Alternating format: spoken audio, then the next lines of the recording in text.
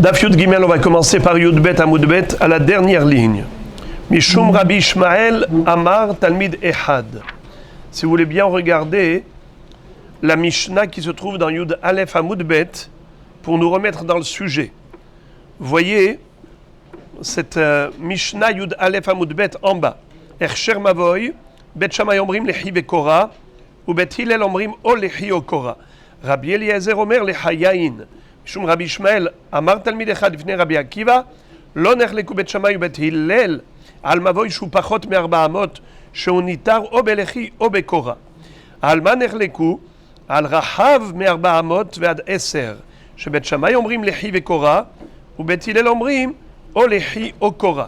אמר רבי עקיבא, על זה ועל זה נחלקו. Alors, pour se remettre dans le sujet, on avait vu dans la Mishnah une machloket entre Bet Shammai et Bet Hillel, à savoir comment cachériser un mavoy. Déjà, axiome de base, la largeur de l'entrée ne peut pas dépasser 10 coudées. Un mavoy sheu rahav me'eser amot, Imaet. Mais même lorsque le pétard du mavoy n'est pas supérieur à 10 coudées de largeur, malgré tout, c'est assourd de transporter dans le mavoy, jusqu'à ce qu'on fasse un tikkun. C'est quoi ce tikkun? Machloket Bet Shammai Bet Hillel. D'après Bet Hillel, c'est ou lehi ou kora. Ou bien on installe une poutre horizontale à l'entrée, en hauteur, au-dessus de l'entrée, soit on va fixer un piquet, une barre verticale au côté de l'entrée. Deux possibilités, soit lehi, soit kora. Alors que, d'après Bet Shammai, il faut les deux, lehi ve kora. Par rapport à cela, il y avait un Talmid qui a dit que toute la mahloket entre Bet Shammai et Bet Hillel, elle n'est que par rapport à une entrée de mavoy qui est entre Arba Amot et 10 Amot. Dans cette fourche, dans ce créneau. Mais si l'entrée du mavoy est inférieure à 4 Amot de largeur, dans ce cas-là, même Bet Shammai sont d'accord avec Bet Hillel pour dire que ou lehi ou kora suffisent. On n'a pas besoin de mettre les deux, les hiv et kora.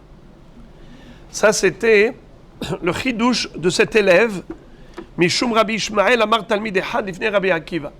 Il y avait un Talmid, et on va voir dans la Gemara que c'était Rabbi Meir Baal Hanes.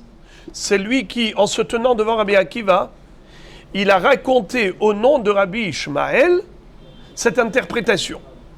Il a dit, Rabbi Ishmael a dit, il a commenté la mahloket Bet Shammai et Bet Hillel en disant, leur mahloket n'a lieu que si le mavoy est entre cette mensuration de Arba Amot jusqu'à Eser Amot.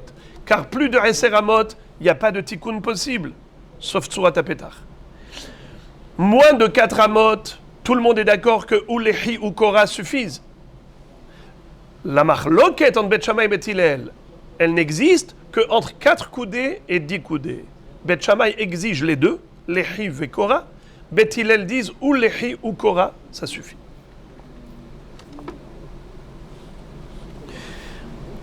Amar Rabbi Akiva, alze ve alze nechleku. Rabbi Akiva, en fait, n'est pas d'accord avec cet élève, avec Rabbi Meir, qui était aussi son élève, on va voir. Il va dire c'est faux. Je ne suis pas d'accord. Bet Shammai et Bet Hillel sont en mahloket de 0 à 10. Enfin, pas de 0 à 10. En tout cas, on va voir tout à l'heure si c'est à partir de 0 ou pas. Mais en tout cas, il n'y a pas de différence entre moins de Arba Amot ou plus d'Arba Amot de la largeur de l'entrée du mavoy. Dans tous les cas de figure, Bet Shammai exige lehi ve kora. C'est que Bet Hillel qui se suffisent de ou lehi ou kora.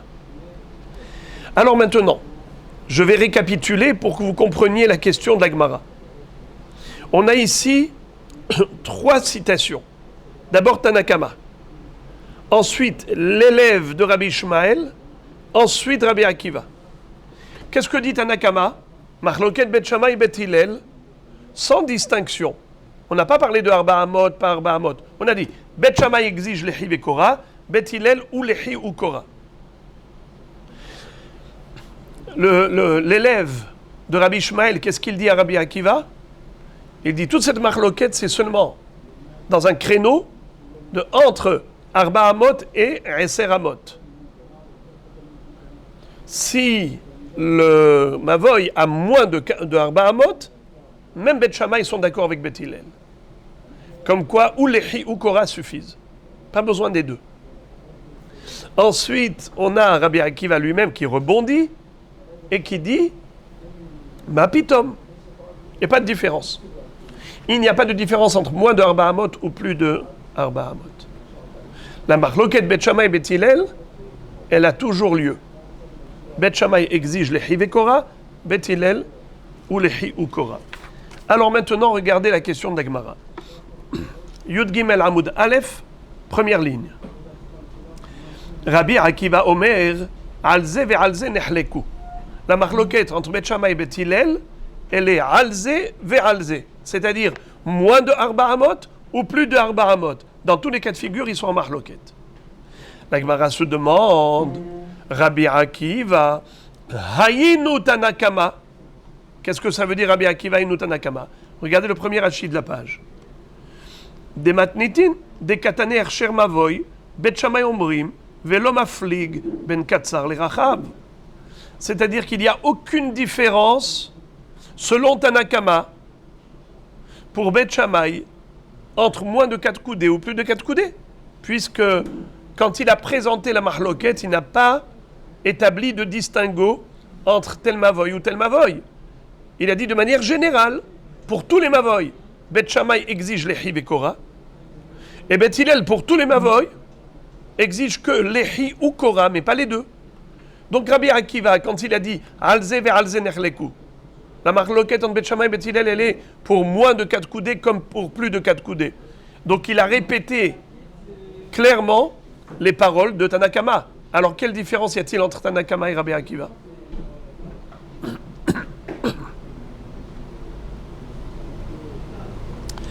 Ika benayhu de Rav Ahalai ve'tema Rav Hiel ve'lo mesaime. La différence entre eux, c'est ce qu'on avait vu précédemment, la mahloket, le chidouche de Rav Ahalai. Rav Ahalai, et certains disent que c'est Rav Hiel. Qu'est-ce que dit Rav Ahalai, ou plutôt Rav Hiel? D'ailleurs, c'est les mêmes lettres. Ihiel, c'est les lettres de Ahilai. Est-ce que c'est Rav Ahalai ou Rav Hiel?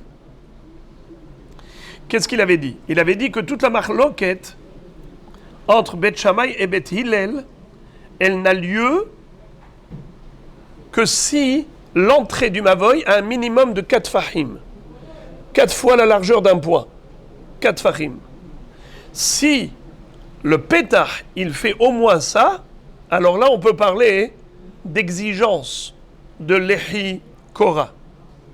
Mais pour moins que ça, moins que Arbaat Fahim, eh bien, ça ne requiert aucun tikkun. Le Mavoy ne requiert aucun tikkun. Pourquoi?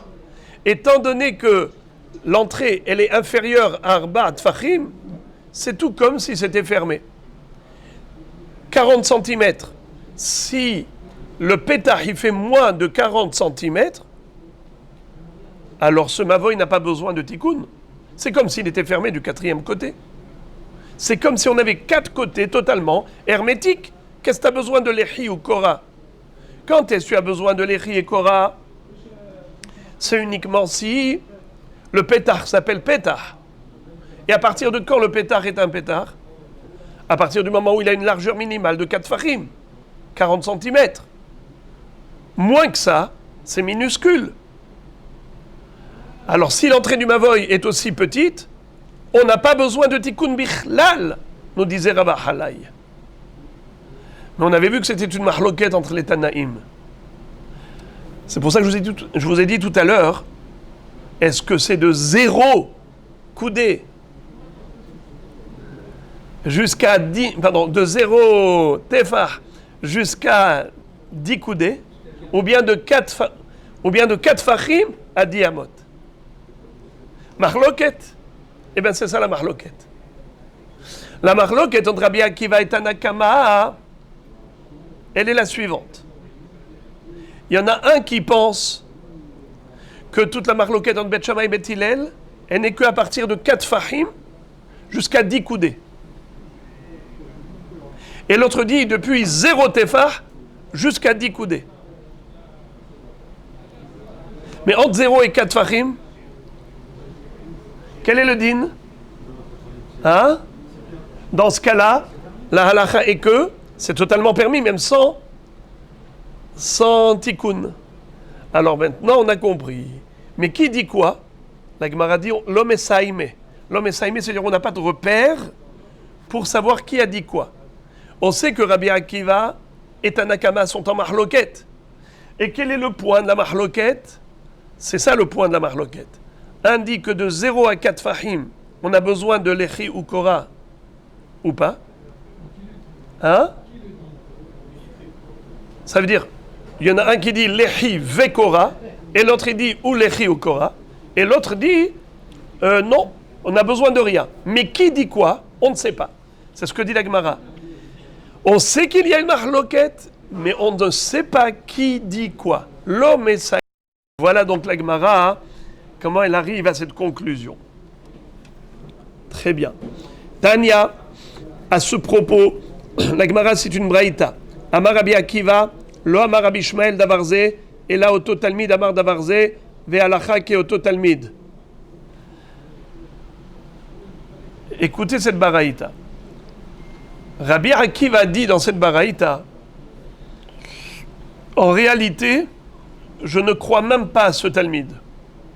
Ce talmid, c'était Rabbi Meir Baal Hanes, son élève, comme on va voir. Et malgré tout, il dit, c'est sûr que tu t'es trompé. Tu es en train de citer Rabbi Ishmael et de relater un de ses enseignements. Pour moi, il est totalement erroné. Et ce n'est pas possible que Rabbi Ishmael ait dit une chose pareille. Je le connais, c'est un grand hacham. Et donc, ce n'est pas possible qu'il ait dit une erreur pareille. La mahloket entre Bet Shammai et Bet Hillel ne commence pas à partir de 4 coudées, comme tu lui fais dire. La mahloket, elle est depuis, comme j'ai dit, soit de 0 à 10 coudées, soit de 4 fahim à 10 coudées. Mais en tout cas, c'est sûr que Pachot Me'arba Amot, il y a mahloket.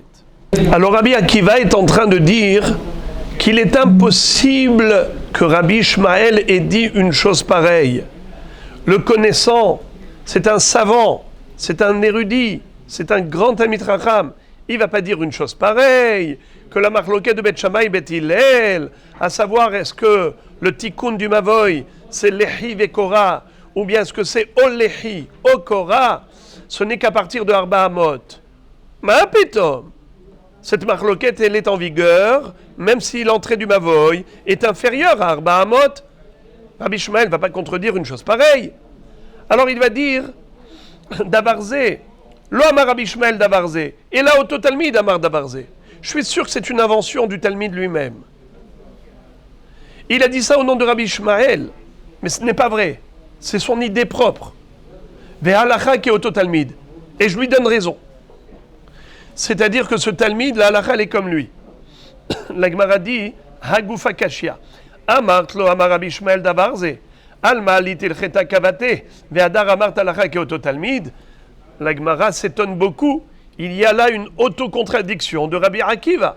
D'une part, Rabbi Akiva réfute totalement ce commentaire, ce fameux commentaire de cet élève qui disait au nom de Rabbi Ishmael que la mahloket entre Bet Shammai et Bet Hillel ne commence qu'à partir de 4 coudées de largeur de l'entrée. Mais si l'entrée est inférieure à 4 coudées, il n'y a pas de mahloket. Tout le monde est d'accord que ou Lechi ou Kora suffisent. Mais, Ribono shel Olam, alors pourquoi tu as dit que la halakha est comme lui?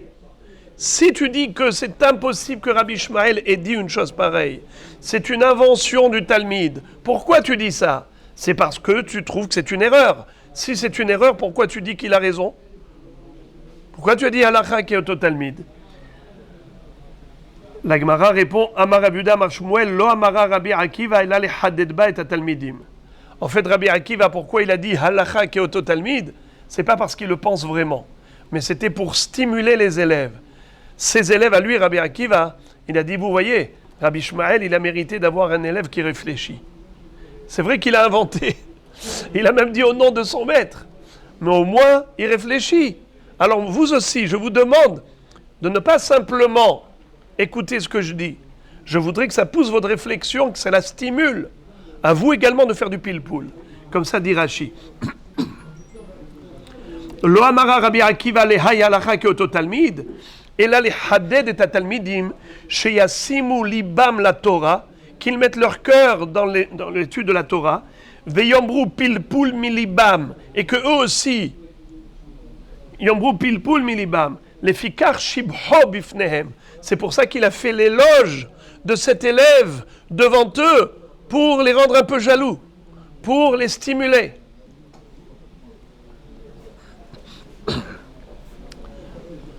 Rav Nachman bar Yitzchak amar nir'in itmar. Qu'est-ce que ça veut dire? Rav Nachman bar Yitzchak dit, en fait, Rabbi Akiva n'a pas dit halacha qui est au talmid. Il a dit nir'in divrei au talmid. Qu'est-ce que ça veut dire nir'in? Nir'in, elles semblent logiques, les paroles de cet élève. C'est-à-dire que parfois, je trouve que ce que tu dis, c'est logique. Tu as une opinion qui est absolument défendable. Mais ce n'est pas pour autant que la halakha, elle est comme toi. Je peux dire que ces dvarim et hukamim que tu as dit, c'est des paroles logiques, mais malgré tout, selon la halakha, c'est autrement que ce que tu dis. Donc Rabbi Akiva ne lui a pas donné raison dans le sens halachique, il a simplement dit, c'est un talmid qui réfléchit très bien. Ok. Et maintenant, la Gemara va nous révéler l'identité de ce talmid.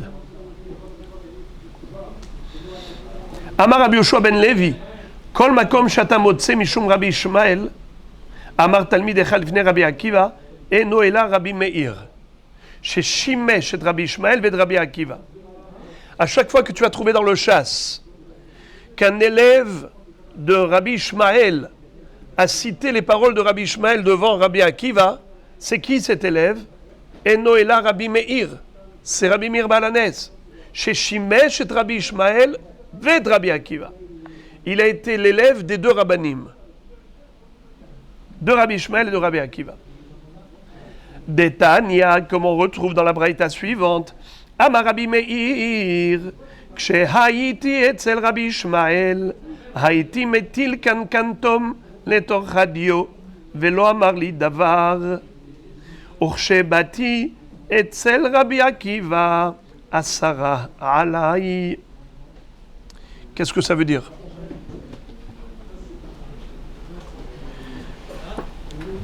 Rabbi Meir était sofer. C'était un scribe.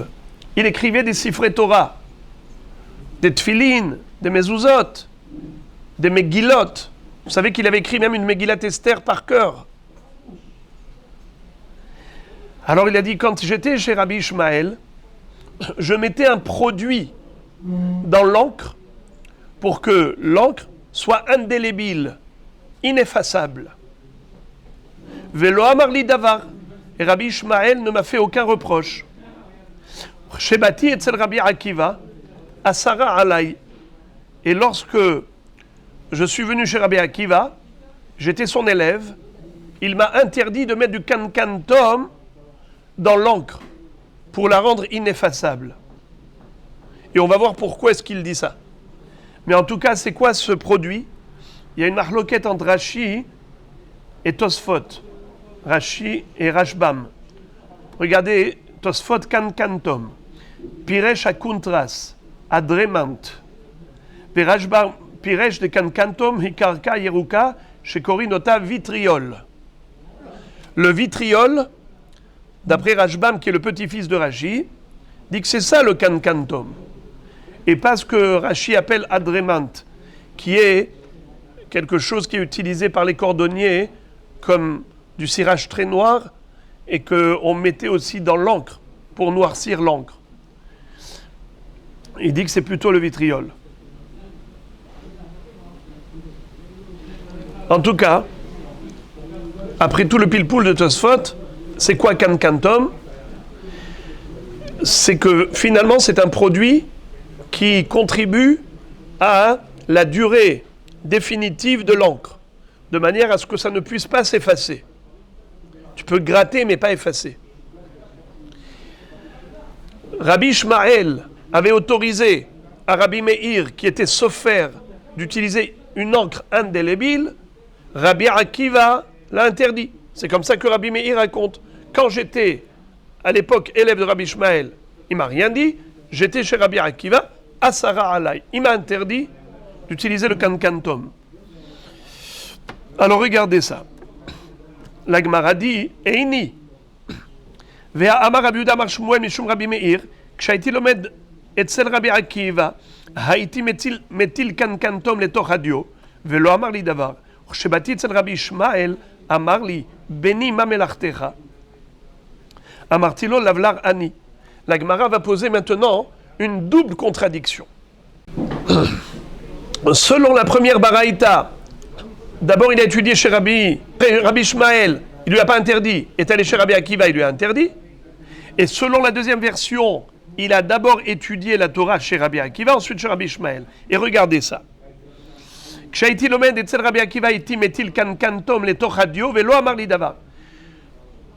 étudié la Torah chez Rabbi Akiva, et quand j'étais chez lui, je mettais du kankantom dans le dio pour écrire le Sefer Torah. Il m'a rien dit. Il m'a fait aucun reproche. Ou que j'ai bâti etzel Rabbi Ishmael, et lorsque j'ai été étudier la Torah chez Rabbi Ishmael, à Marli, il m'a dit, Béni, mon fils, ma melartecha, c'est quoi ton travail? À Martilo, je lui ai dit, Lavlar Ani, je suis scribe. Sofer, j'écris des Sefer Torah. À Marli, il m'a dit, Béni, mon fils, Vezahir bimlartecha, sois méticuleux dans ton travail. Fais très attention à ta fonction. Shemelartecha melechet shamayim hi. Car ta fonction, c'est un travail sacré du ciel. Shema ta mechaser ot ahat, omiater ot ahat, venimtseta mahriv et haolam kulo. Si jamais tu rajoutes une lettre ou tu retires une lettre, tu peux détruire le monde. Qu'est-ce que ça veut dire? Comment, en rajoutant une lettre ou en réduisant, on pourrait détruire le monde? Alors, regardez Tosfot. Omiater ot ahat, kemo bereshit bara, barou. Si au lieu de bara, Dieu a créé, tu écris barou, hasve shalom, tu donnes l'impression qu'il existe deux divinités. C'est très grave. Verabenu kibel merabotav kemo hova al hova, shetil yud ala haron. Un passouk dans Yechezkel. Si dans le deuxième hova, tu mets un yud au début, ça donne yudke vavke, comme s'il y a quelqu'un qui est au-dessus d'Hachem, chas v'shalom. Ou Rachidi, non. Non. Est-il yud ala aharon? Il rajoute yud au début du deuxième hova. Regardez Rashi, mechaser ot ahat, vachem elokim emet, im techaser alef, areata mahriv. Il s'écrit vachem elokim emet. S'il enlève le alef du emet, ça donne vachem elokim, chas v'shalom. Très grave. Vaidaber Hashem, im tosif ot ahat v'tirto vaidaberu, nimtseta mahariv. Si au lieu de vaidaber Hashem, tu dis vaidaberu, au pluriel, c'est très grave. Comment avec une lettre, tu peux détruire le monde, que tu la rajoutes ou que tu réduises? Amartilo, j'ai répondu à mon maître Rabbi Ishmael, Davar echad yeshli, vekankantom shemo, sheani meti letoch hadio. Il lui a dit, ne vous inquiétez pas, Rabbi, j'ai un produit extraordinaire qui s'appelle kankantom, que je mélange à l'encre. Amarli, il m'a dit, Vechi metilim kankantom letoch hadio. Est-ce qu'il est permis de mettre du kankantom dans l'encre pour le rendre ineffaçable, indélébile? Vehalok amra Torah, pourtant la Torah a dit, Vechatav ou maha, ketav sheachol limahot. À propos de la sota, il est dit que si un homme a suspecté sa femme, il la soupçonne de l'avoir trompée, d'avoir commis un adultère avec une personne avec laquelle elle s'est isolée alors qu'il avait averti préalablement de ne pas s'isoler avec cet homme, eh bien, si c'était le cas, il n'a plus le droit d'avoir des relations avec elle jusqu'à ce qu'il clarifie la situation.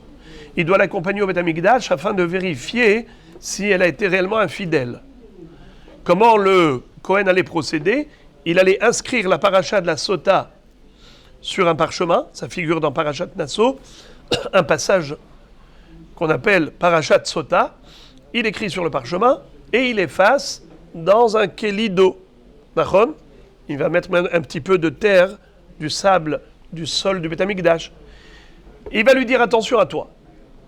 Si tu as fauté, avoue. Si tu avoues, ton mari te donne le get vezéou. Mais si tu ne veux pas avouer, alors dans ce cas-là, tu vas boire ce breuvage. Si elle avait réellement trompé son mari, elle allait exploser littéralement sur le champ. Son ventre, ses jambes tombaient, terrible. Mais si elle avait été soupçonnée à tort, au contraire, elle allait être bénie désormais.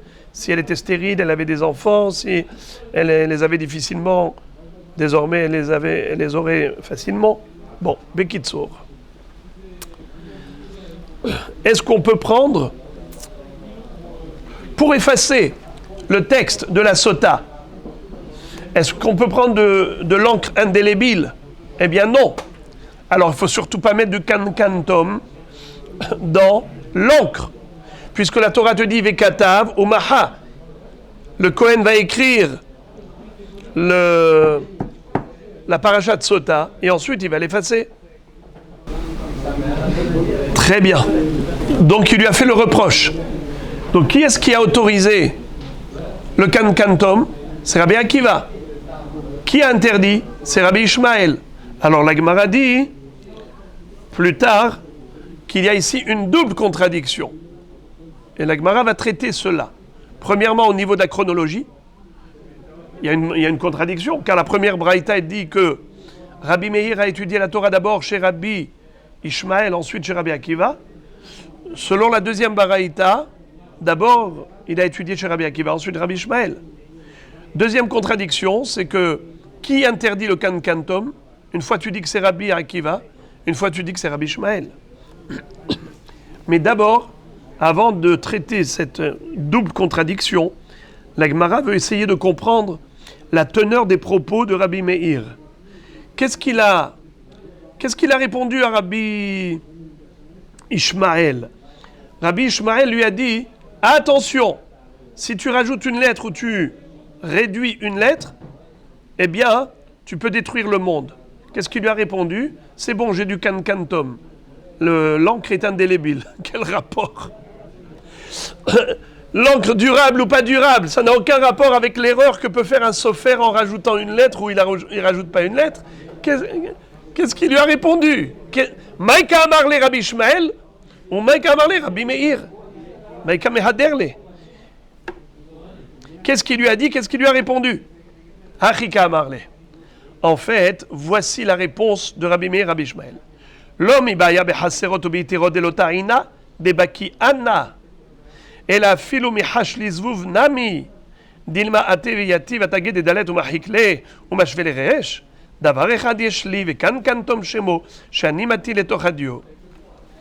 En fait, Rabbi Meir a dit à Rabbi Ishmael, ne vous inquiétez pas Rabbi, vous me mettez en garde par rapport à Melechet Shamaim, ce travail sacré d'être sophère, comme quoi je risque d'oublier des lettres ou d'en rajouter.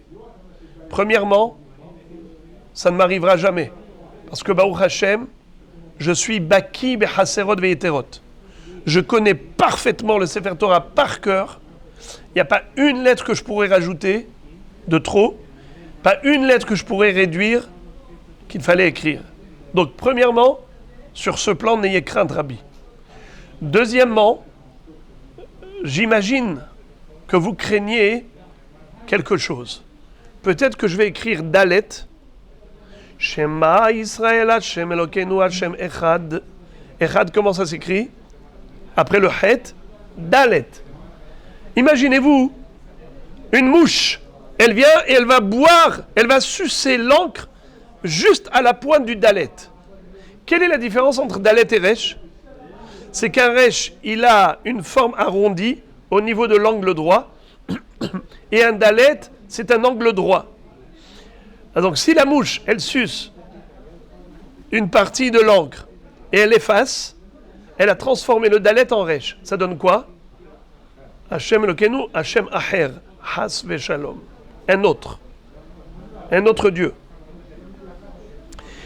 Au lieu de Hashem Ehad, Hashem est unique, le seul Dieu.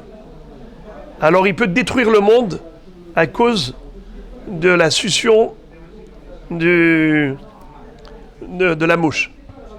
Hein? Alors il lui a dit, n'ayez pas peur, Rabbi. Je mets un produit qui s'appelle Kankantom, et la mouche, elle peut faire ce qu'elle veut, elle ne pourra pas effacer mon dalet. Alors on a compris maintenant, déjà, la teneur des propos, le sens de l'échange. Après cela, maintenant, la Gemara dit, ok, on a compris le sujet, mais il nous reste une double contradiction. Uno, c'est que la chronologie ne correspond pas. Un jour, tu me dis d'abord il a étudié chez Rabbi Ishmael, ensuite Rabbi Akiva. Deuxième braïta, Rabbi Akiva, ensuite Rabbi Ishmael. Deuxième question, c'est que Rabbi Ishmael, c'est lui qui a interdit, selon la deuxième braïta. Mais d'après la première braïta, c'est Rabbi Akiva qui a interdit. Voici. Kashia shimush ashimush, kashia asara a asara. Double contradiction. Première kashia, shimush ashimush. Il a été meshamesh. Il a servi quel rave? Parce qu'à l'époque, il servait les rabbanim. Ça veut dire qu'il était élève de qui d'abord? Alors, kashia ashimush, ashimush. Il y a une contradiction, car au début, tu m'as dit qu'il était d'abord shamash de Rabbi Ishmael, et après, tu m'as dit qu'il était d'abord shamash de Rabbi Akiva. Kashia asara, asara. Aussi, c'est qui a interdit? Rabbi Ishmael ou Rabbi Akiva? Alors, la Gemara dit comme ça.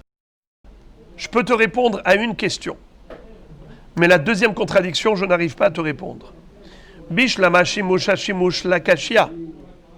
Au niveau de la chronologie, il était l'élève de qui d'abord? Eh bien, ça, je peux t'expliquer. Merikara ataïle kameh de Rabbi Akiva. Au début, il a étudié la Torah chez qui? Chez Rabbi Akiva. Umidelo matzili mikam alibe ataïle kameh de Rabbi Ishmael vegamar gemara. Quand il était chez Rabbi Akiva, c'était tellement profond qu'il n'arrivait pas à saisir la profondeur. Alors il sentait qu'il avait besoin d'étudier d'abord les bases, d'avoir les connaissances. Gemara.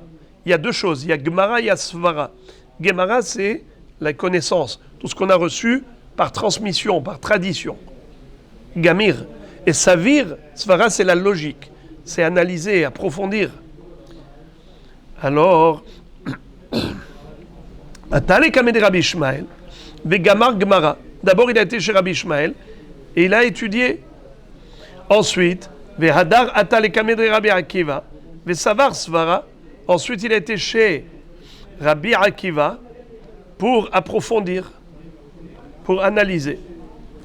Et là, Asar à Asara Kashia.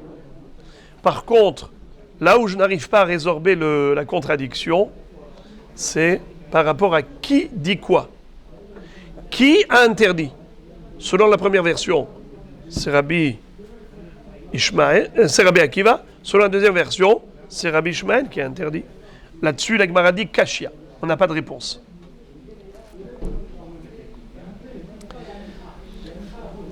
Je voudrais juste ouvrir une parenthèse. La Gemara dit que quand il a étudié la Torah chez Rabbi Akiva, il n'arrivait pas à comprendre la profondeur de son enseignement. Midelo matzi lemikam alibe. Il n'arrivait pas à saisir et à tenir selon lui. C'est quoi alibe? Aliba, en général on dit selon tel Rav, selon telle opinion. Aliba. Mais j'ai entendu de Rav Moshe Shapira Zatzal qui disait que le mot aliba, c'est qu'un Talmid Chacham, quand il étudie, il te fait part de ce qu'il ressent dans son cœur. Parce que la Torah, elle doit provenir du cœur. Kotvem al-luach libecha. Elle s'inscrit dans le cœur. Et elle doit être le produit du cœur. C'est pour ça qu'on dit toujours Aliba des rabbis un tel. C'est quoi Aliba? Selon le cœur de tel rave. Parce que c'est pas juste au niveau du cerveau. C'est pas juste une transmission. C'est vivre. C'est dans le cœur. Ve'ayu adevarim ha'ele asher anochi metzavecha hayom al levavecha. Ça doit être al levavecha. Donc alibé. L'omatzini mekam alibé. Il n'arrivait pas à saisir l'enseignement du cœur de Rabbi Akiva. Je ferme la parenthèse. Tanya, Rabbi Yehuda Omer, Rabbi Meir היה אומר, לכל מטילים קנקנטום לתוך הדיו, חוץ מפרשת סוטה. ורבי יעקב אומר משמו, חוץ מפרשת סוטה שבמקדש. Qu'est-ce que ça veut dire? Mahloket, ici entre Rabbi Meir et Rabbi Yaakov. Rabbi Meir disait qu'on peut mettre, on doit mettre, ou c'est mieux de mettre, du kankantom dans toutes les parachires de la Torah pour que l'encre soit indélébile. À l'exception de Parashat Sota, puisque la Parashat de Sota, elle doit être effaçable. Rabbi Yaakov Omer, Mishemo, Chutz mi Parashat Sota sheba Mikdash. Rabbi Yaakov va dire au nom de Rabbi Meir, parce qu'avant c'était qui a parlé au nom de Rabbi Meir? Rabbi Yehuda. Tanya Rabbi Yehuda Omer, Rabbi Meir aya Omer. Qui a cité les paroles de Rabbi Meir? C'est Rabbi Yehuda. Après ça, Rabbi Yaakov Omer Mishemo. Qui est-ce qui cite les paroles de Rabbi Meir? Rabbi Yaakov. Donc il y a une mahloket entre Rabbi Yehuda et Rabbi Yaakov. Qu'est-ce qu'a dit Rabbi Meir?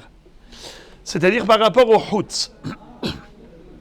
Rabbi Yaakov Omer Chutz mi Parashat Sota sheba Mikdash. C'est-à-dire, même la paracha de Sota qui figure dans le Chumash, tu peux y mettre du kankantom, qu'elle soit ineffaçable. Laquelle paracha de Sota tu mets pas dedans du kankantom pour l'effacer? C'est celle utilisée par le Kohen dans le Beth Amikdash pour abreuver la Sota. Maï binayhu, quel est l'objet de la mahloket? Amar Rabbi Yirmiyah nimchokla minat Torah ika benayhu. La mahloket entre eux, elle est de savoir est-ce qu'on peut utiliser la paracha de Sota du Chumash, de prendre un Sefer Torah, carrément, et d'effacer dans l'eau toute la paracha de Sota qui est écrite dans le Sefer Torah, et de donner à boire à cette femme. Il y en a un qui dit oui, l'autre dit non. Rabbi Yehuda dit oui, c'est pour ça qu'il dit tu peux mettre du kankantom partout, sauf paracha de Sota du Sefer Torah. Parce que même la paracha de Sota du Sefer Torah doit être effaçable si jamais il y a une Sota qui arrive. Tandis que Rabbi Yaakov dit Mapitom, tu ne peux pas effacer le Sefer Torah. Alors de quoi il s'agit quand on a dit que Vekata Vumaha, que le Kohen, il va écrire, il va effacer. Et la Gemara fait dépendre cette mahloket entre Rabbi Yehuda et Rabbi Yaakov au nom de Rabbi Meir. Est-ce qu'on a le droit d'utiliser la paracha de Sota du Sefer Torah pour abreuver la femme soupçonnée d'adultère ou pas? Selon Rabbi Yehuda, oui. Selon Rabbi Yaakov, non. Quel est leur mahloket? Hanetanae, qui est Hanetanae. Ces Tanaïm pensent comme les Tanaïm suivants. Des Tanya, en Megillata Kshera le'ashkot ba Sota acheret. Rabbi Yahai bar Yoshi Amar Megillata Kshera le'ashkot ba Sota acheret. Il y a une marloquette à propos d'un homme qui a soupçonné sa femme. Il l'a amené au Beth Amikdash. Le Kohen a écrit toute la paracha de Sota sur un parchemin, sur une Megillah. Et une fois qu'il a écrit toute la paracha, il s'apprêtait à l'effacer. La dame dit arrête, stop. J'avoue. Oui. J'ai trompé mon mari. À ce moment-là, qu'est-ce qui va se passer? Il ne va pas lui faire boire quoi que ce soit. Il va dire au mari, écris-lui un guet. Mais zéro. La question maintenant est de savoir, ce parchemin, il a été écrit finalement pour rien. Le Kohen, qu'est-ce qu'il fait? il l'enroule et il le met dans son tiroir. Et voilà qu'un jour arrive un homme qui soupçonne, lui également, son épouse. Alors, est-ce qu'il a le droit d'utiliser cette Megillah, où il avait écrit Parashat Sota, pour la nouvelle femme? Ou bien est-ce qu'il faut écrire l'Ishma? Est-ce qu'il y a un din de l'Ishma, comme pour le get? Vekatavlah l'Ishma. Vous connaissez le din du get? Si un homme et sa femme il avait décidé de divorcer. Par exemple, Réhouven devait divorcer de Dina. Ok? Réhouven et Dina étaient mariés. Il a écrit, il va voir le sofer, écrit, moi Réhouven, je divorce Dina. Et voilà qu'il y a eu Shlom Baït, ils ont fait la paix. Qu'est-ce qu'il fait le sofer? Il prend le guet, il le met dans son tiroir. Et voilà qu'arrive encore un nouveau couple. Il dit, monsieur le sofer, vous pouvez m'écrire un guet? Il dit, comment tu t'appelles? Réhouven. Ta femme comment? Dina. Incroyable, tout prêt. Il sort de son tiroir, c'est déjà fait. Est-ce que c'est cachère, oui ou non? Pas cachère. Pourquoi? La Torah écrit, Vekatavla sefer keritut. Il faut écrire le get, l'ishma.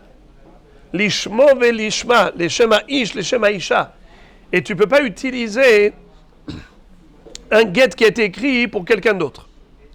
Alors maintenant, la question est de savoir, lorsqu'on va utiliser la parashat Sota qui est inscrite dans le Sefer Torah pour abreuver cette Sota, est-ce que ça marche? Est-ce que c'est cachère? Il y en a un qui dit oui, l'autre qui dit non. Rabbi Yehuda disait oui. Rabbi Yaakov disait non. Lisons. Detania. En megilata keshera leashkot ba sota acheret. De quoi on parle ici? On ne parle pas de Sefer Torah. On parle de la Megillah qui avait été écrite par un Kohen pour abreuver une sota, on va dire Léa. D'accord? Après ça, il y a eu une autre sota, Rachel. Je donne des noms comme ça, n'importe lesquels. Est-ce qu'il peut utiliser la Megillah qu'il avait écrite pour Léa, parce que Léa finalement a avoué, donc on ne l'a pas utilisé cette Megillah, et maintenant, il veut l'utiliser pour Rachel. Est-ce que c'est permis, oui ou non?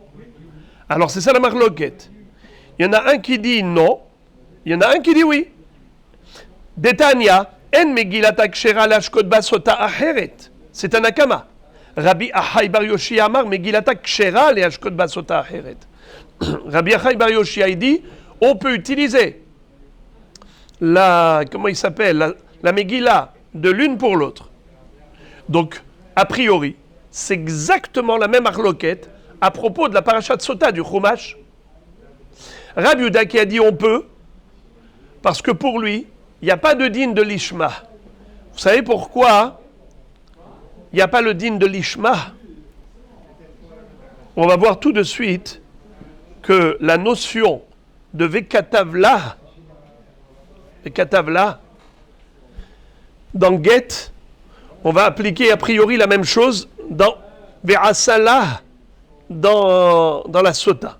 Il y a le pasuk Ve'asala. Vekatav et ta'alota ele a Kohen, bas sefer umaha elme hamarim. Et on va voir le verbe aussi de Asiya.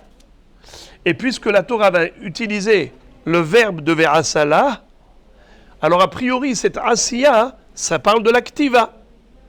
Celui qui dit que ça parle de l'activa, alors en effet, on ne peut pas utiliser une Megillah qui a été écrite pour Léa, pour la donner à boire à Rachel. Impossible. Et l'autre qui dit, non, mais Asala c'est la Mechika. Tu dois effacer dans l'eau les Shem Léa. Et tu dois effacer dans l'eau les Shem Rachel. Donc la notion de là, c'est au niveau de l'effacement, mais pas au niveau de l'écriture. Et là, c'est ce qu'on va voir. Regardez.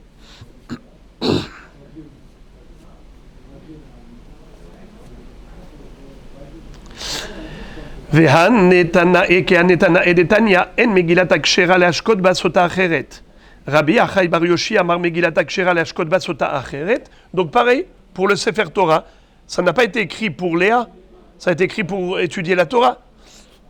Alors, si on dit que même l'écriture de la Parashat Sota doit se faire les Shem, Léa, alors l'écriture du Sefer Torah, ce n'était pas les Shem, Léa. Tandis que celui qui dit que c'est que la Mechika, l'effacement doit se faire les Shem, Léa, eh bien c'est bon, tu peux utiliser même le Sefer Torah et tu effaces les Shema. Amar Rav Papa, Dilma Lohi. Rav Papa dit, aucun rapport. Je peux te dire que, peut-être, il n'y a aucun rapport entre les deux discussions. La marloquette, est-ce qu'on peut utiliser la Megillah de Léa pour Rachel ou pas? Ou bien la marloquette, est-ce qu'on peut utiliser la paracha de la Torah, du Sefer Torah même, pour la Sota ou pas? Ce sont deux marloquettes totalement différentes. Pourquoi? Ad kan lo kamarta nakama hatam ela kevan deintik leshum Rachel tu lo hadra minatka leshum Léa. Avar gabe Torah distama mikadva achinami de mahkinan. Car je peux te dire que celui qui a interdit d'utiliser pour Rachel ce qu'on a utilisé pour Léa, la Gemara parle de Rachel et Léa, mais à l'envers. Elle dit, ça a été écrit pour Rachel, et ensuite tu veux l'utiliser pour Léa. Alors pourquoi est-ce que ça ne marche pas pour Léa? Parce qu'une fois que tu l'as déjà écrit pour Rachel, alors cette paracha, elle est écrite les Shem Rachel. Alors tu ne peux plus bouger. Tu ne peux plus l'utiliser pour Léa. Tandis que la paracha du Sefer Torah, elle a été écrite pour personne. Ni pour Rachel, ni pour Léa. Elle est écrite Stam. Alors peut-être que Stam, tu peux l'utiliser. Ce qui n'est pas bon, c'est quand tu veux utiliser quelque chose qui a déjà été attribué. Alors une fois que ça a déjà été attribué à Rachel, tu ne peux pas l'attribuer à Léa. Mais lorsque c'est Sefer Torah, c'est neutre. Puisque c'est neutre, c'est à personne. Puisque c'est à personne, tu peux l'utiliser pour l'autre. Et maintenant, la Gemara propose aussi une réfutation à l'envers. Amar Rav Nachman bar Yitzchak, Dilma Lohi, Ad kan lo kama Rabbi Achai bar Yoshia, Hatam, Eladi Ichtiv mihat leshum sota ba'olam, Aval gabe Torah delit lamed ktiva, Achinami de lo mahkinan. Qu'est-ce que ça veut dire? Je peux même te dire que d'après Rabbi Achai bar Yoshia, qui n'y trouvait aucun problème d'utiliser la Megillah de Rachel pour Léa. Il n'a aucun problème. Et malgré tout, il interdirait d'utiliser la parashat Sota du Sefer Torah. Pourquoi? Parce que celle qui a été écrite pour Rachel, au moins ça a été écrit les Shem Sota. Mais celle qui a été écrite dans le Sefer Torah, Bichlal, ce n'est pas les Shem Sota. C'est pour l'enseignement, c'est pour étudier la Torah. Si c'est pour étudier la Torah, donc, quel rapport avec la Sota? Comment tu peux l'utiliser pour la Sota? Mais ça n'a pas été écrit les Shem Sota. Ça a été écrit les Shem Limoud. Alors, aucun rapport. Quand tu as écrit les Shem Sota qui s'appelle Rachel, tu peux l'utiliser pour une autre Sota. Mais quand tu l'utilises pour... mais quand c'est écrit pour Sefer Torah, alors aucun rapport avec la Sota. Très bien. La Gemara pose la question à la fin. Velitle le Rabahai bar Yoshia, haditnan, katav get legaresh et ishto, venim lach umetzao, ben iro, ve'amar shimcha kishmi ve'shem ishtecha keshem ishti, pasul legaresh bo. La Gemara s'étonne, comme Rabahai bar Yoshia a considéré kasher la Megillat Sota de Rachel pour l'utiliser pour Léa. Il n'y voit aucun inconvénient. Comment ça se fait qu'il n'y voit aucun inconvénient? Pourtant, certainement qu'il est d'accord avec la halakha suivante. Haditnan, katav get, les garesh et ishto, quelqu'un qui a écrit un get pour divorcer son épouse, venimlach, il a regretté, umetzao ben iro, et voilà que un citoyen de sa ville l'a croisé, ve'amar shimcha kishmi, ton nom est comme le mien, Veshem ishtecha keshem ishti, le nom de ta femme comme le nom de mon épouse. Je voudrais que tu me donnes ce guet. Ça marche pas. Pas soul les garejbo. Tu vois que c'est pas soul. Pourquoi? Parce que c'est écrit Vekatavla.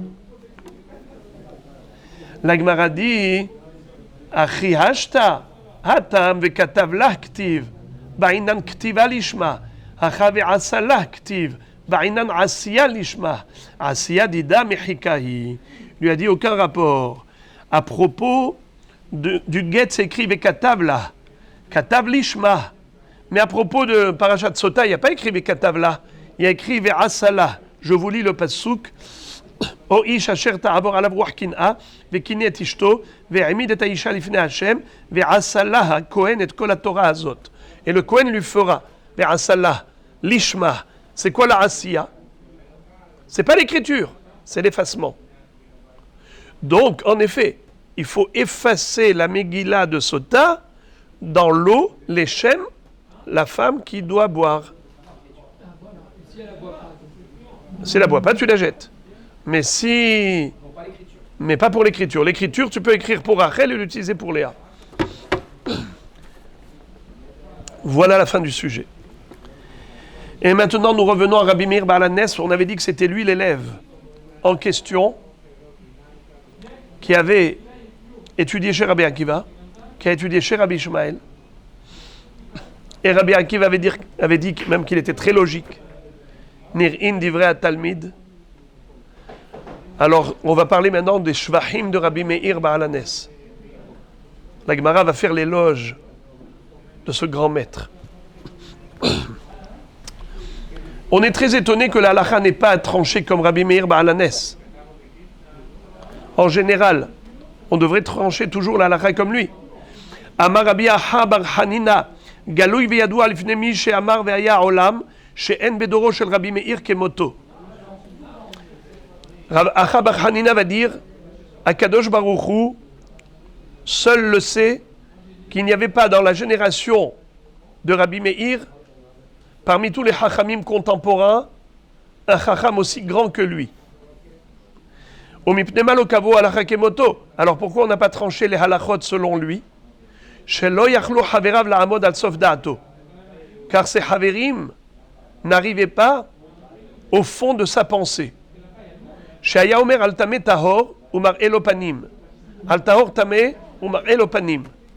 Il était capable de te justifier l'injustifiable. Par exemple, quelque chose qui est tamé, il pouvait te démontrer qu'il est tahor, et tu n'as rien à dire. Quelque chose qui est tahor, il te démontre qu'il est tamé, et tu n'as aucun argument pour le contrecarrer.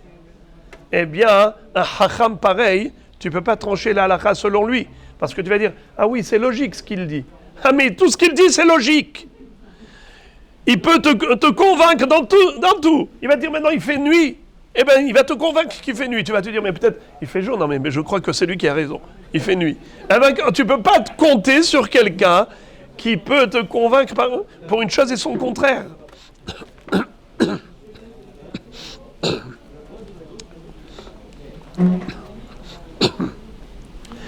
Tana lo Rabbi Meir Shemo et la Rabbi Nehorai Shemo.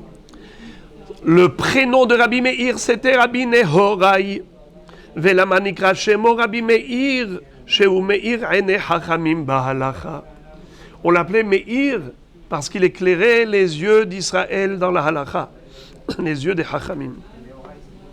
Hein? Sinon son prénom c'était Nehorai. Ensuite, Velo Nehorai Shemo et la Rabbi Nehemia Shemo. Il y a un autre rabbi qu'on appelle Rabbi Nehorai. Et la Gemara dit de ce fameux Rabbi Nehorai, Lo Nehorai Shemo et la Rabbi Nehemia Shemo, Ve'amrela Rabbi Azar ben Arar Shemo. Et certains disent que le vrai prénom, le nom propre de ce fameux Rabbi Nehorai, c'était soit Rabbi Nehemia ou d'après certains, Rabbi Azar ben Arar. Et pourquoi est-ce qu'on l'a surnommé Rabbi Nehorai? Shemanhir ene Chachamim bahalacha. Car il éclairait les yeux des Chachamim dans la halacha. Nehorai, c'est la lumière en araméen. Amarabi, Rabbi raconte, Aïdeme hadatna me havrai. Tu veux savoir pourquoi je suis plus fort et plus aiguisé, plus intelligent que mes haverim? Des hazite les Rabbi Meir me achore. Car lorsque j'étais assis en train d'étudier la Torah, j'étais assis derrière Rabbi Meir. Veilu hazite me kame hava me hadad natfe. Et si je m'étais assis en face de lui, j'aurais été encore plus intelligent. Pourquoi? Dirti ve'ayu einecha ro'ot et morecha. Il faut que tes yeux voient tes maîtres. C'est-à-dire que quand tu regardes la face du maître quand il étudie, donc il y a des impressions de visage. Il y a même sa manière de dire la chose qui donne une autre dimension à la compréhension. Alors il dit, c'est dommage que je n'ai pas eu cette chance de m'asseoir en face de lui, j'étais assis derrière lui. La nuque, c'est quelque chose qui est vague. Il n'y a pas d'impression, il n'y a pas d'expression. Alors que lorsqu'on a le visage, le panim, il est mégalé le pnim. Panim, c'est l'extériorité, la façade extérieure. Panim. Pnim, c'est l'intériorité, pnimi. Le panim, tu peux voir sur le visage de quelqu'un tout ce qu'il pense. Tu vois, il est triste, tu vois sur son visage. Il est joyeux, tu le vois sur son visage. Le panim est mégalé le pnim.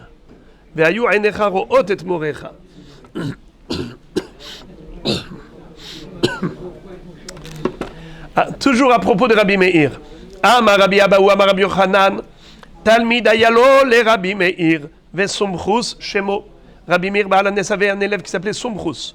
Shaya Omer al kol davar vedavar shel tum'a, 48 te'ameh tum'a, ve'al kol davar vedavar shel tahara, 48 te'ameh tahara. Sumchus, qui était l'élève de Rabbi Meir, était capable de donner pour chaque dîne de Tahor 48 facettes d'explication, 48 commentaires pour te convaincre et t'expliquer pourquoi le dîne est que c'est Tahor.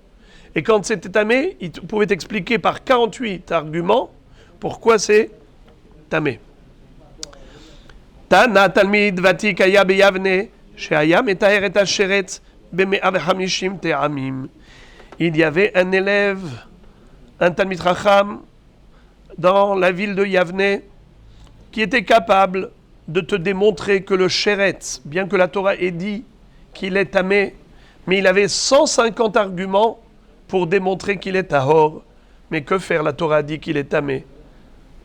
Ça veut dire, c'est démontrer par là la grandeur d'âme d'Israël. Combien on est capable de se soumettre à la volonté d'Hachem. On a 150 logiques et des arguments rationnels pour dire le contraire de la Torah. Mais on dit non, la Torah a dit, Pnesha Torah Amra, point à la ligne. Il n'y a pas de discussion.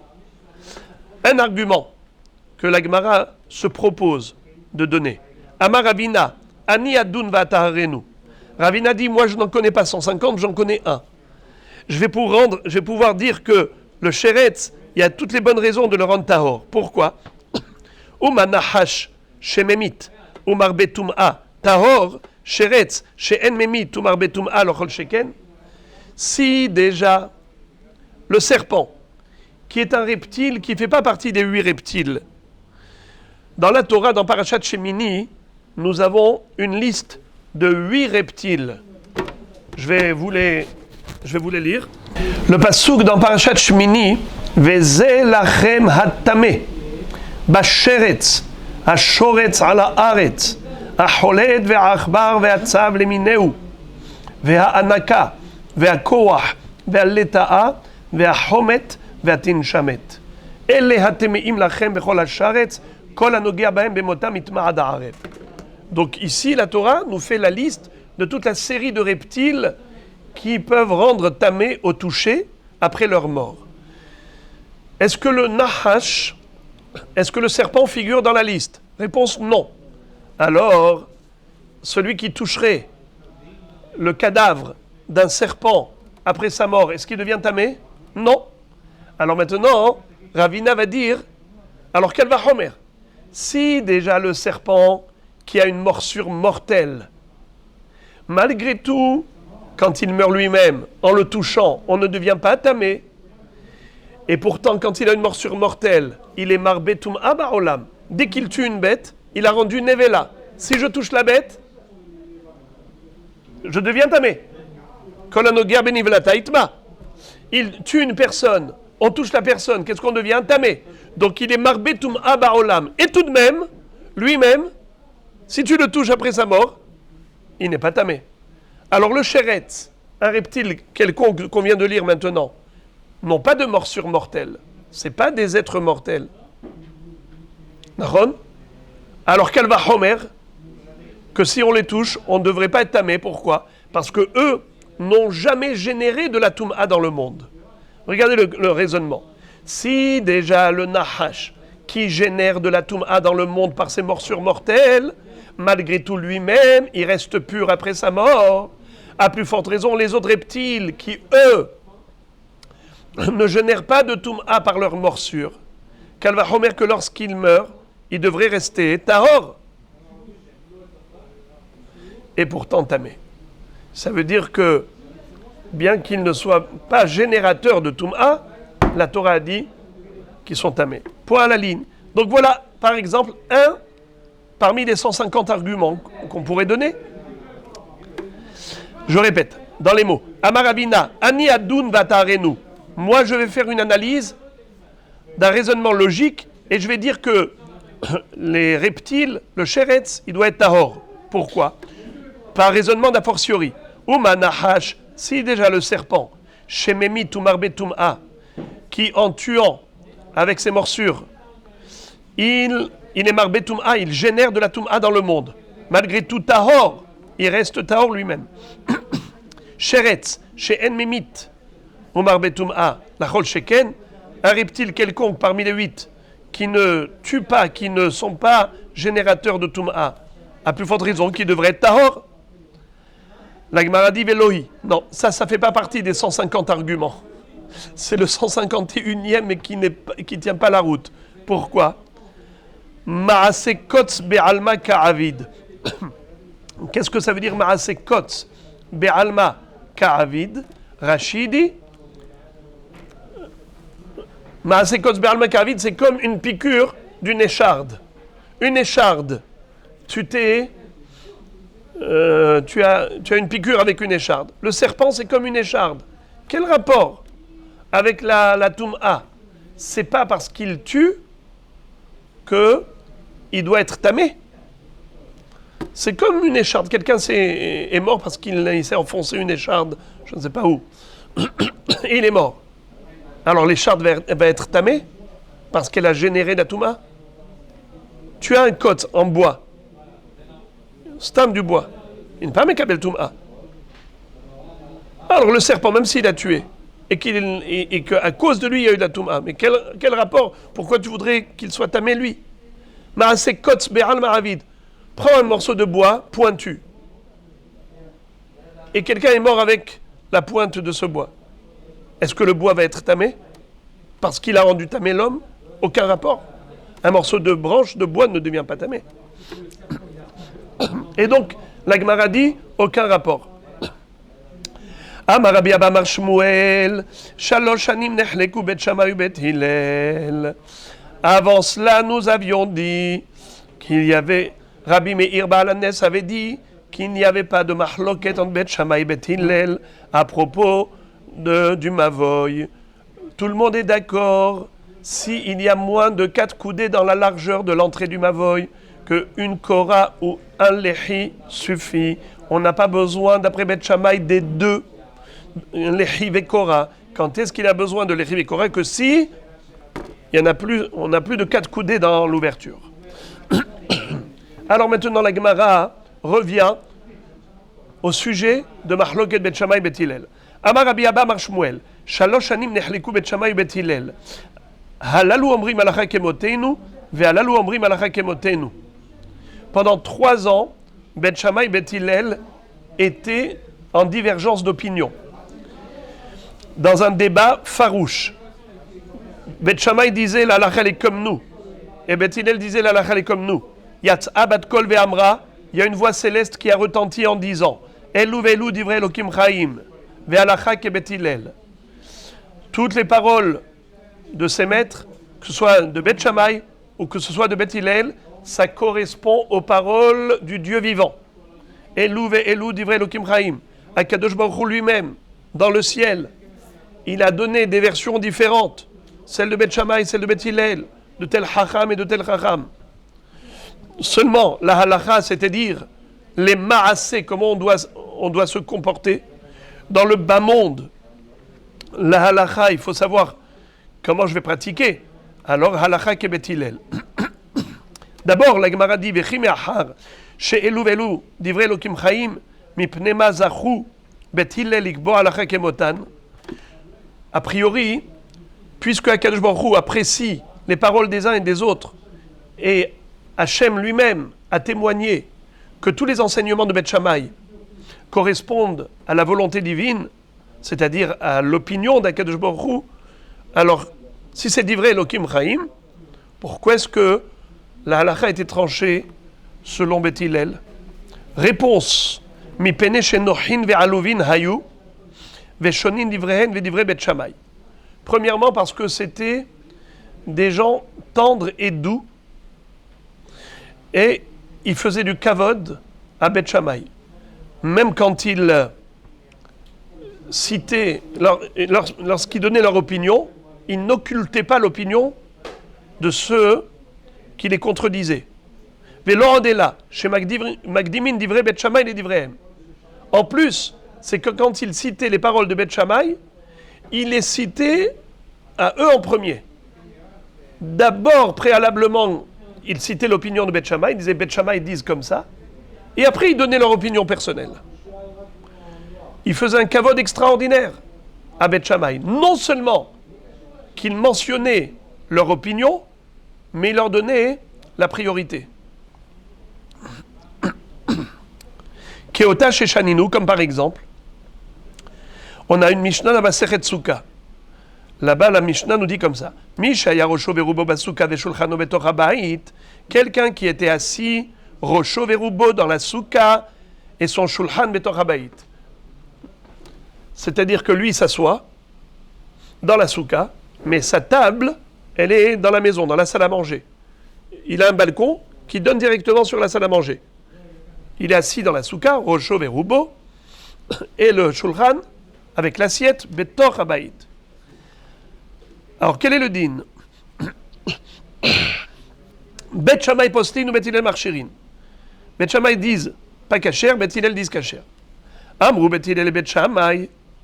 Beth Hillel disent à Beth Shammai, Lokach haya ma'aseh, shalchou zikne Beth Shammai ou zikne Beth Hillel levaker et Rabbi Yochanan ben Ahoranit ou metza'uhu yoshev rubo basuka veshulchano betor habait. Beth Hillel, pour se donner raison, ils prétendent, ils disent à Beth Shammai, mais pourquoi vous nous contredisez? Pourquoi vous dites que c'est pas kasher de s'asseoir comme ça? Nous on dit que c'est bon, c'est kasher, la preuve. Il y avait un grand rav qui s'appelait Rabbi Yochanan ben Ahoranit. C'était pendant Sukkot. Il a eu la visite des grands maîtres de Beth Shammai et de Beth Hillel. Et Zikne Beth Shammai, Zikne Beth Hillel ont été le voir. Et ils n'ont rien dit. Et Beth, qu'est-ce qu'ont répondu? Ambroulaim Beth Shammai, qu'est-ce qu'ils ont répondu? Misham Re'aya, au contraire. Ou bien Misham Re'aya, de là-bas tu vas apporter une preuve. Ma pitom. Afen Amroulo. Imkar Haïta Noeg lo kiyamta mitzvah tsuka miyamecha. Au contraire, tu vas apporter de là-bas une preuve que c'est kasher. Justement, ils lui ont dit à Rabbi Yochanan ben Ahoranit, Misham Re'aya, de là-bas tu vas apporter une preuve. Au contraire. Afhen Amroulo. Justement, ils lui ont dit à ce moment-là, à Rabbi Yochanan ben Ahoranit, Imkar Haïta Noeg, si c'est comme ça que c'est toujours fait, lo kiyamta mitzvah tsuka miyamecha. Tu n'as jamais accompli la mitzvah de Sukkah. Lela metra. Tout cela pour te dire, Shekol hamashpil atzmo hakadosh baruch hu magbiho. Tout celui qui se baisse, qui se rabaisse, qui essaye de paraître inaperçu, tout celui qui est anav, qui a un comportement d'humilité, Akadosh Baruch Hu, justement, le rehausse au plus haut niveau. Akadosh Baruch Hu magbiho. Celui qui se baisse, Hachem le relève. Et celui qui au contraire veut s'élever sur le plan kavod, par orgueil, eh bien Akadosh Baruch Hu le rabaisse. Tout celui qui recherche le kavod, la grandeur, eh bien elle le fuit. Tout celui qui fuit la grandeur, les honneurs, eh bien justement les honneurs le poursuivent.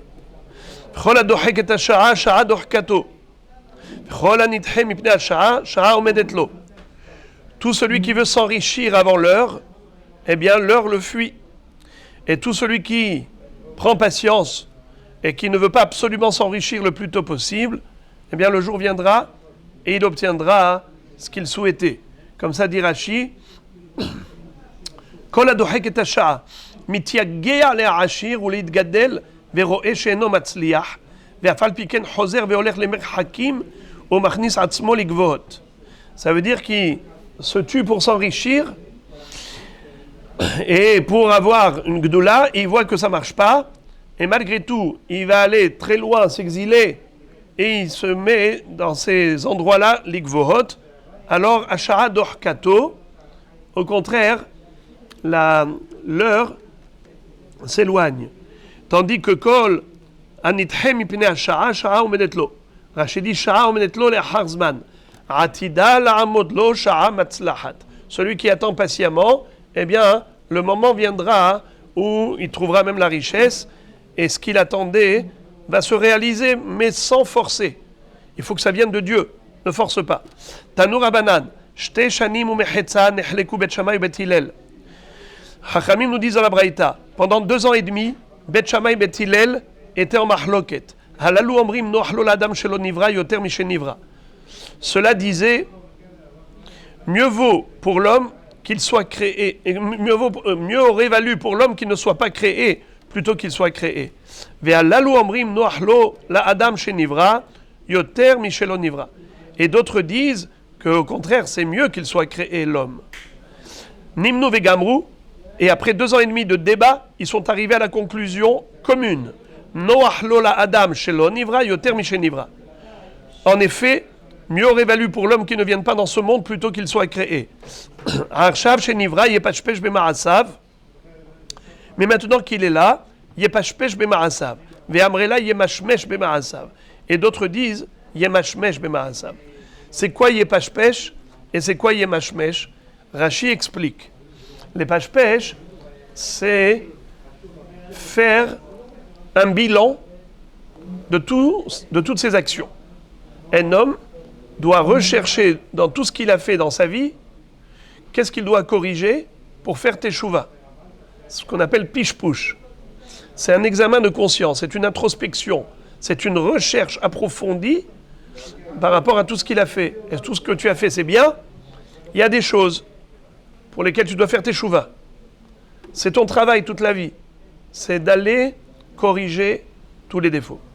Tandis que yemashmesh, les mashmesh, c'est-à-dire examiner et faire la balance. Quand le Yetzer Hara vient et il te dit pourquoi tu vas faire cette mitzvah, ça va te coûter cher. Tu vas te lever le matin pour aller au slihot et ensuite à tfila, ensuite l'étude. Tu es fatigué, tu es très bien sous les couvertures. Alors à ce moment-là, tu as d'une part la difficulté de te lever, tu mets ça sur la balance. Qu'est-ce que tu vas gagner? Tu vas faire tellement de tfilot, tellement de kaddishim, tellement de brachot, tellement de Torah. Combien de sruyot tu vas avoir? Et ça, c'est infini. Infini. Mais sur la balance, un peu d'investissement par rapport à tellement de recettes. Et l'inverse, quand le Yetzer Hara te propose une Avera, mais sur la balance, d'un côté, le plaisir de la Avera, quelques minutes, mais après cela, oy va avoy, qu'est-ce que cela va engendrer comme malheur dans ce monde et dans l'autre? Eve mechashev, hefsed mitzvah keneged sechara, ou schar avera keneged hefseda. Comme ça, Rashi explique la différence entre Yepashpesh et Yemashmesh. Yepashpesh ma'asav dit Rashi, she'asa kvar, ve'ivdok averot shebiyado, ve'itvadde ve'yashuv, qui fasse vidouille et tshuva. Yemashmesh ma'asav, kegon imba mitzvah liyado, יחשב הפסד מצווה כנגד שכרה, ולא יניח לעשותה בשביל ההפסד. שהרי שכרה עתיד לבוא. דע מתן שכרן של צדיקים לעתיד לבוא. ואם בא לידו עבירה, יחשב שכרו שמסתכר בה עכשיו, כנגד הפסדה עתיד להיפרע ממנו. Alors, on explique comme ça que quel est le vikouach? Le vikouach entre Bet Shammai et Bet Hillel, c'est de savoir est-ce que l'homme, ça valait la peine qu'il soit créé. C'est-à-dire, dans cette vie, est-ce qu'on est proche du bien ou on est proche du mal? On a 365 interdictions et on a 248 obligations. Ces 248 mitzvot sont des actions positives. 365 interdictions, des actions négatives. Donc il y a plus de risques de glisser dans la faute que de chances que de faire du bien. Car on n'a que 248 occasions de faire du bien. Et on a 365 occasions de faire du mal. Donc il y a plus de risques de tomber dans le mal que d'arriver au bien. C'est pour ça que maintenant on te dit, malgré tout, c'est vrai que dans l'absolu, les risques sont plus grands. Mais maintenant que tu es là, alors sache qu'est-ce que tu as à faire. Ve'aser ha-satan milefaneinu u'me'achareinu.